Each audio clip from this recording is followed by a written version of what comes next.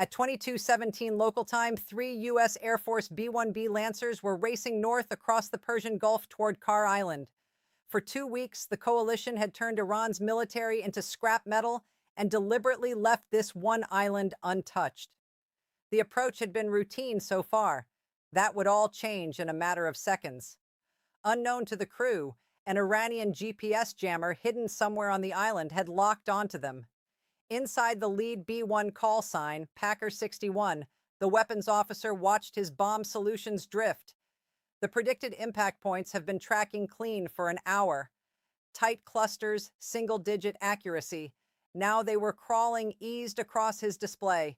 1 meter, 3.7. He recycled the alignment. Same drift, 12 meter and widening. On any other target, 12 meter is a rounding error.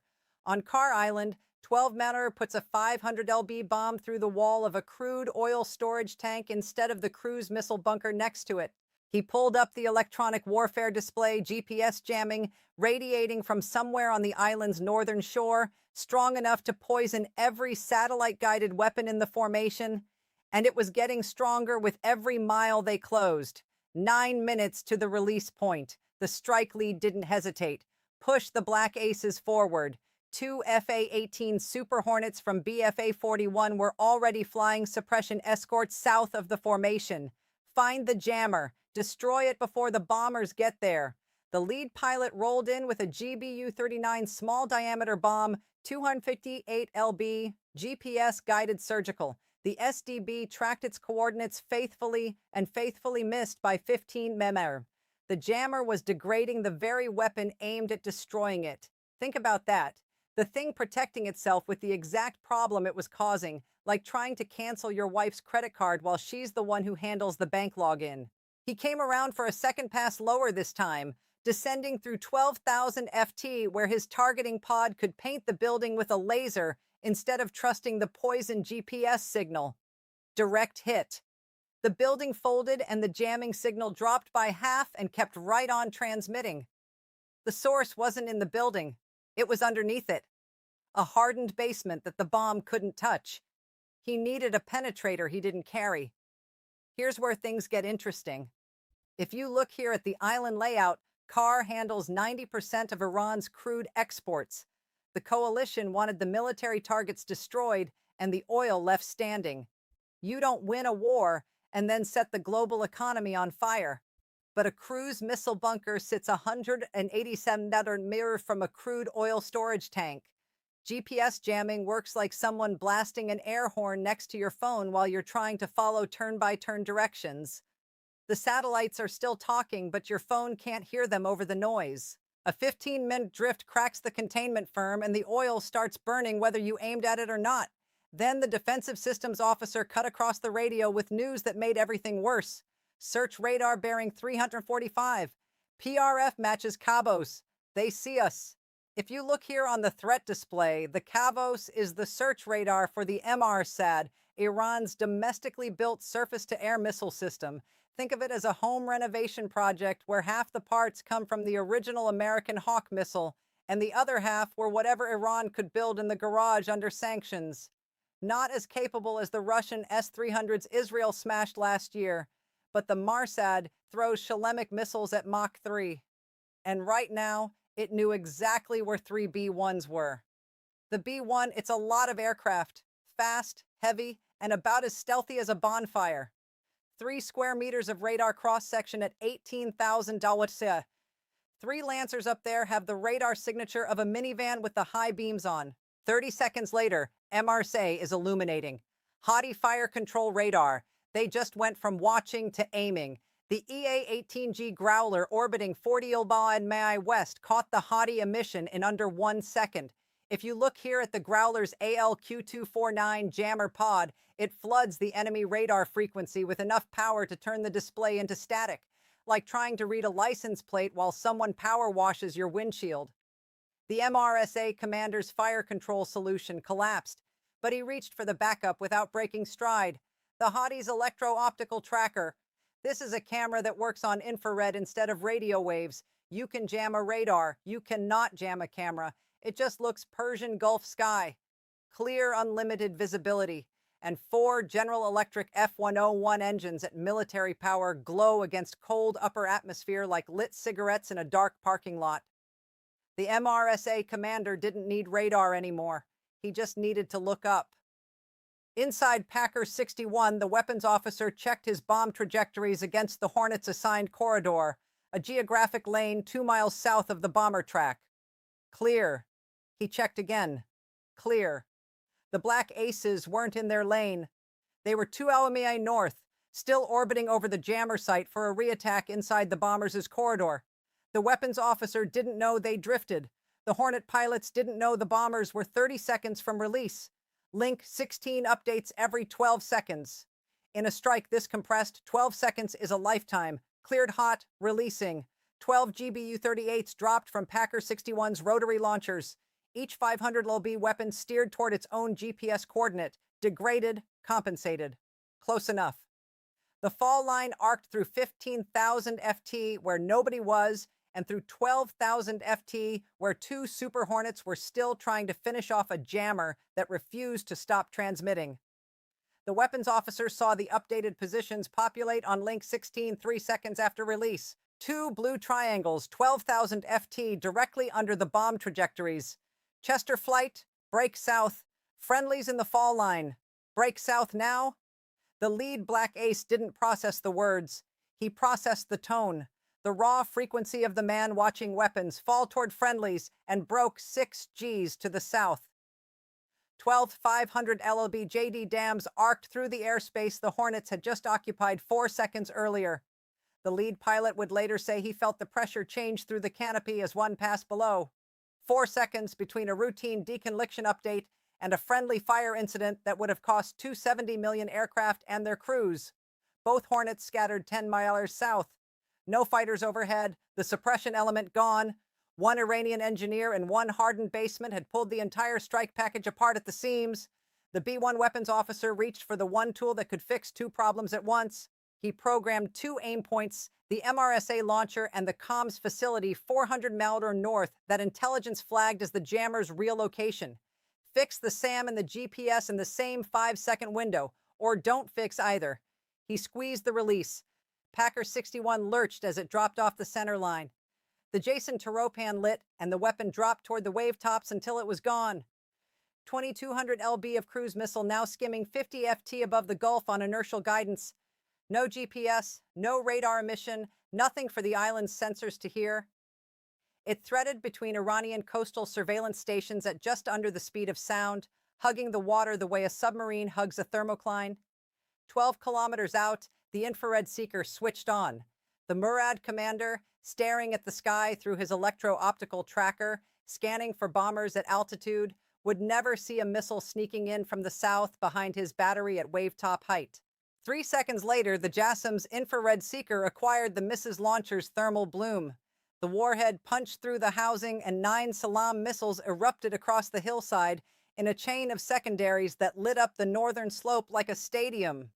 American technology rebuilt by the country America sold it to, destroyed by the people who designed the original. Your tax dollars full circle. But 9 missiles worth of solid propellant was now burning downhill toward the containment berm surrounding crude storage cluster 4. The berm was built for tanker spills, slow, heavy crude that pools and waits for cleanup. Burning missile propellant is a different animal, hotter, faster, and it doesn't wait for anyone. If it overtops the berm, the oil ignites and every surgical strike on the island becomes irrelevant because the whole place is on fire. The SAM was gone. The GPS was still half jammed. The propellant was creeping toward 30 million barrels of crude, and 132 bombs were about to fall on an island where Samabot guns next to the oil tanks couldn't be touched. Packer 62 rolled in at 22:29, and the bay doors split open. The Skyguard fire control radar on the nearest Samabot battery locked on the formation in under 3 seconds. What happened next wasn't in the briefing. The first tracers didn't burst 1,000 FT below where area denial fire belongs. They burst at altitude, bracketing the formation close enough that the concussion punched through the flight controls and orange lights strobed across the windscreen. The gunners weren't lobbing rounds into empty sky anymore. They were firing predicted trajectories, and the Americans were about to learn why. 60 seconds before the JASSM turned the MERS battery into a hillside bonfire, he keyed his radio, not a distress call, a targeting handoff. 6 minutes of precise optical tracking data, altitude, heading, speed, formation spacing, compressed into a single encrypted burst aimed at two Sabot anti-aircraft batteries flanking the central tank farm. He'd watched this weapon to every other battery in Iran for 14 days. The jamming comes first, then the silence, then the missile you never see. He wasn't trying to save his battery. He was trying to make sure the gunners on the other end of that radio could finish what he'd started. If you look here at the Samavat battery, it mounts twin Olan 35mm barrels that fire 550 rounds per minute. Individually, each round isn't much, about the size of a D battery with an explosive charge. But 550 a minute from two barrels creates a wall of shrapnel that shreds anything flying through it. And both batteries sat close enough to the crude oil tanks that a single bomb aimed at the guns risked the oil behind them. You can't suppress what you can't bomb. The pilot held heading. His job during weapons release was to fly a perfectly straight line through anti-aircraft fire. No evasive maneuvering, no altitude changes, because any correction disrupts the computers calculating 12 separate drop trajectories. If you've ever tried to thread a needle while someone shakes the table, you'd understand the concept. 18 seconds of straight and level through 35mm shrapnel. Tracers bracketed Packer 62 for the full 18-second release window, close enough to rattle the airframe. The weapons officer watched the release sequence tick down, bomb after bomb dropping into the night while 35mm rounds detonated in the air around the aircraft, near misses all of them. But the Zamabot gunners were walking their fire closer with every correction, and the B-1 couldn't turn until the last bomb cleared the bay. 18 seconds of holding course while someone tried to put a round through your cockpit. The longest 18 seconds any of them have ever counted. 24 GBU-38s away, bay doors closed. The pilot broke hard left and dropped 2,000 FT into the kind of descending turn that pinned you into the ejection seat. Below the formation, a Samabot gunner near the tank farm kept firing. The rounds probably couldn't reach through the Growler's adjusted jamming. Probably, but every tracer climbing into the darkness was proof that the MERS commander's final radio burst was still doing damage minutes after the weapon had stopped existing. Packer 61's degraded GPS bombs hit with 12-meter accuracy instead of 5. First impact on the Western Cruise Missile Bunker, 11.4 miles from aim point instead of the planned 2.8. The roof collapsed, secondaries contained, but the margin to the petrochemical terminal had shrunk from comfortable to the kind of number that keeps weapons officers awake on the flight home.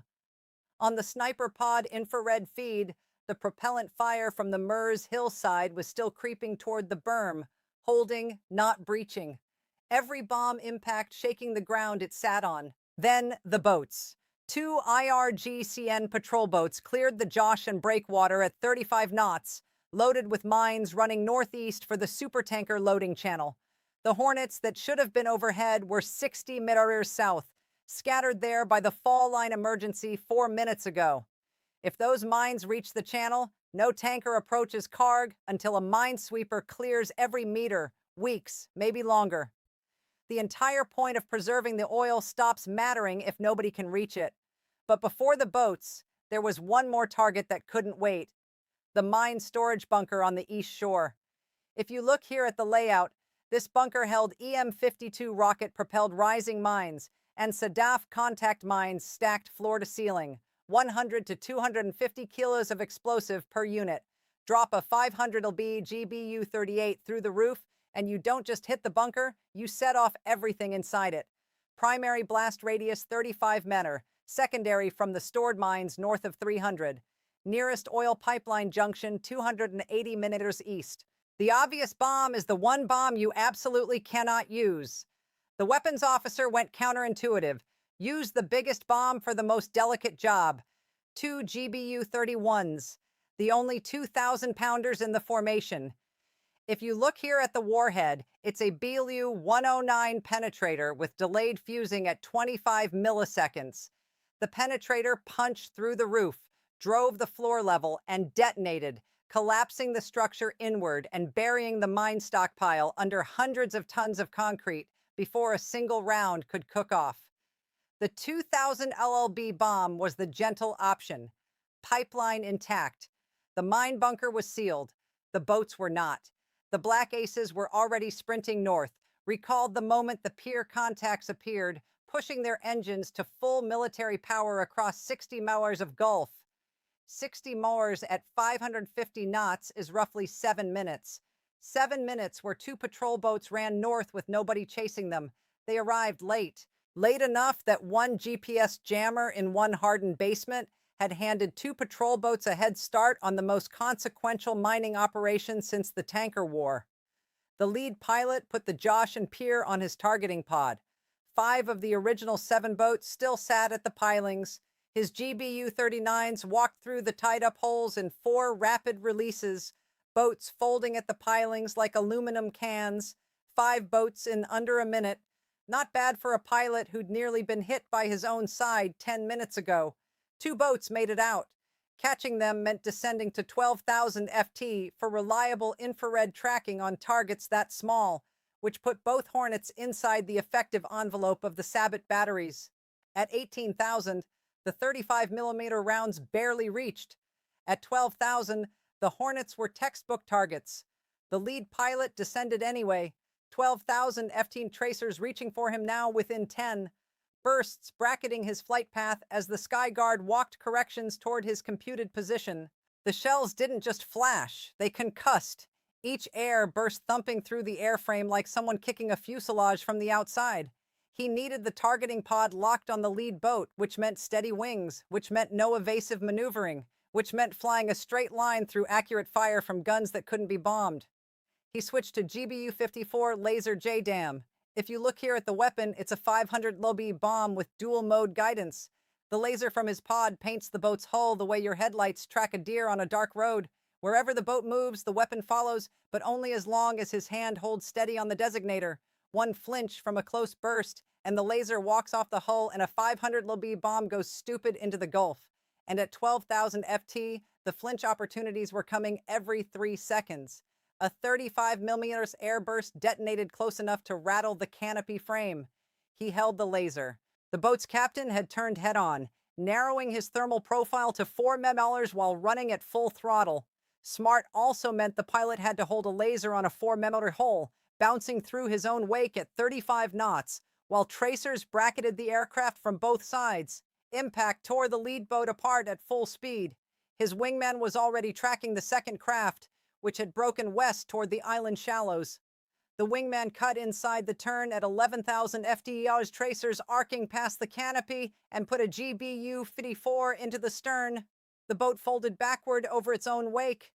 Packer 63 pushed over the island on the final run, absorbing Packer 62's redistributed targets on top of his own list. The weapons officer had been reprogramming coordinates mid-approach for the past 4 minutes, adding aim points to a delivery sequence that was already full while tracers stitched the sky around the aircraft. The Samabot gunners had been firing for 20 straight minutes now, barrel heat warping the tracers into wavering arcs that climb past the aircraft like slow-motion fireworks. The airport control tower. 3 decades of IRGC helicopter coordination from its top floor collapsed into its own foundation. The military district headquarters took 2 GBU-38s and the second floor ceased to exist. The barracks complex behind it folded next, then the communications relay that had been feeding target updates to the patrol boats. On the sniper pod's final pass, the propellant fire from the hillside had reached the base of the containment BM and stopped. The concrete held. 30 million barrels of crude oil sat exactly where the coalition needed it, intact, undamaged, and completely undefended. 500 miles southeast, the USS EE was making 20 knots into the Gulf with 2,200 Marines and a squadron of F-35Bs. The reason America's roads have potholes was pulling into the driveway. If you enjoyed this video, watch one of our other videos on the war with Iran. Bye for now.